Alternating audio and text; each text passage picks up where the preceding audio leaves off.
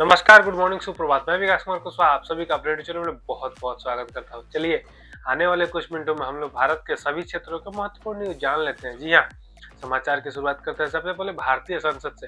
भारतीय संसद में VVG रामजी बिल पारित हो गया है, जिसके द्वारा जो पहले से चलती आ रही मनरेगा थी उसका स्थान लेगा, जिसमें व्यक्तियों को 100 दिनों का रोजगार गारंटी किया। अब उसके जगह 125 दिन का रोजगार की गारंटी दी गई है। राज्यसभा ने आज शांति बिल को पारित कर दिया, जिसके अंतर्गत अब परमाणु क्षेत्र में कार्य सिर्फ सरकारी कंपनियां ही नहीं निजी कंपनियां भी कर सकती हैं, जिसके तहत भारत में यह लक्ष्य रखा गया है कि 2047 तक भारत 100 गीगावाट परमाणु से बिजली उत्पादन करेगा। स्टैच्यू ऑफ यूनिटी के निर्माता राम बी सुतार का नोएडा में 100 वर्ष की आयु में निधन हो गया। अब आते हैं भारतीय तथा अंतर्राष्ट्रीय संबंधों को देख लेते हैं। जी हाँ, भारत के प्रधानमंत्री 3 दिवसों की यात्रा पे गए। जॉर्डन, इथोपिया तथा ओमान।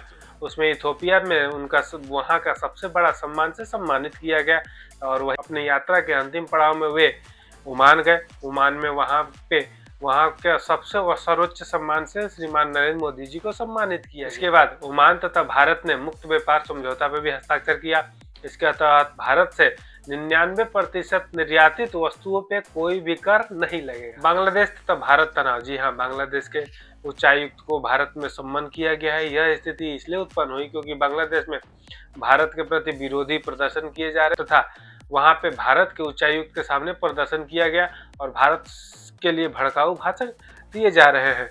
इसका ध्यान रखते हुए भारत ने ढाका में अपने वीजा केंद्रों को अस्थायी रूप से बंद करने का निर्णय लिया है। भारत तथा सऊदी अरब वीजा समझौता। जी हाँ, भारत तथा सऊदी अरब ने द्विपक्षीय वीजा समझौते पर हस्ताक्षर किया है। इसके अंतर्गत भारत के राजनयिक और आधिकारिक पासपोर्ट धारकों को यात्रा करने में आसानी होगी। खेल समाचार को देख लेते हैं। जी हाँ, लखनऊ में होने वाली इंडिया तथा साउथ अफ्रीका के T20 मैच को रद्द कर दिया गया। इसका रद्द होने का कारण घना कोहरा है। IPL 2026 की नीलामी की धूम, जिसके तहत कैमरन ग्रीन सबसे ज्यादा महंगे बिकने वाले विदेशी खिलाड़ी बन गए। वहीं CSK ने अपना दावा 9 युवकों पर लगाया है। दिल्ली में घने कोहरे की वजह से 27 उड़ानों को तथा बहुत सारी ट्रेनों को रद्द किए गए। दिल्ली में ज्यादा प्रदूषण हो जाने की वजह से सरकार ने नो PUCC नो फ्यूल नीति को लागू कर दिया है। इसके अंतर्गत यदि किसी गाड़ी का अगर पॉल्यूशन सर्टिफिकेट नहीं बना है तो उसे पेट्रोल पंप से तेल नहीं मिलेगा। इसलिए अगर आप नोएडा में रहते हैं या NCR में रहते हैं तो आप जाइए जल्दी से अपने गाड़ी का PUCC बनवा लीजिए। RBI के गवर्नर संजय मल्होत्रा ने यह निर्देश दिए हैं कि भारत की विकास दर को बनाए रखने के लिए ब्याज दरें अभी कम ही रहेंगी। दिल्ली बम ब्लास्ट कांड में अब 9वीं गिरफ्तारी की गई है, जिसके तहत यासीर अहमद डार नाम के संदिग्ध व्यक्ति को गिरफ्तार किया गया। सिस्को पर साइबर हमला। जी हाँ, यदि अगर आप ईमेल का ज्यादा प्रयोग करते हैं तो आप ध्यान रखें, क्योंकि सिस्को पर साइबर हमला हुआ है, जिसके तहत ऐसा देखा गया है कि डेटा चोरी का प्रयास किया गया है।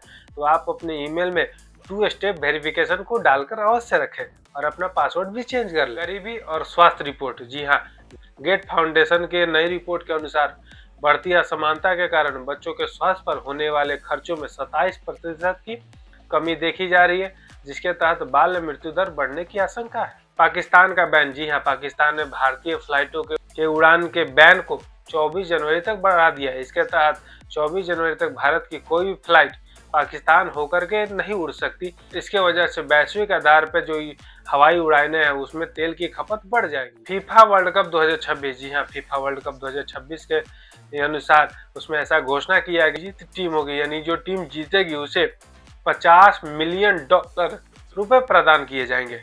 ये रहे आज के सभी क्षेत्रों के महत्वपूर्ण न्यूज। कल आपसे मिलते हैं फिर नए वीडियो में नए समाचार के साथ। तब तक अपना ध्यान रखिए। नमस्कार, जय हिंद।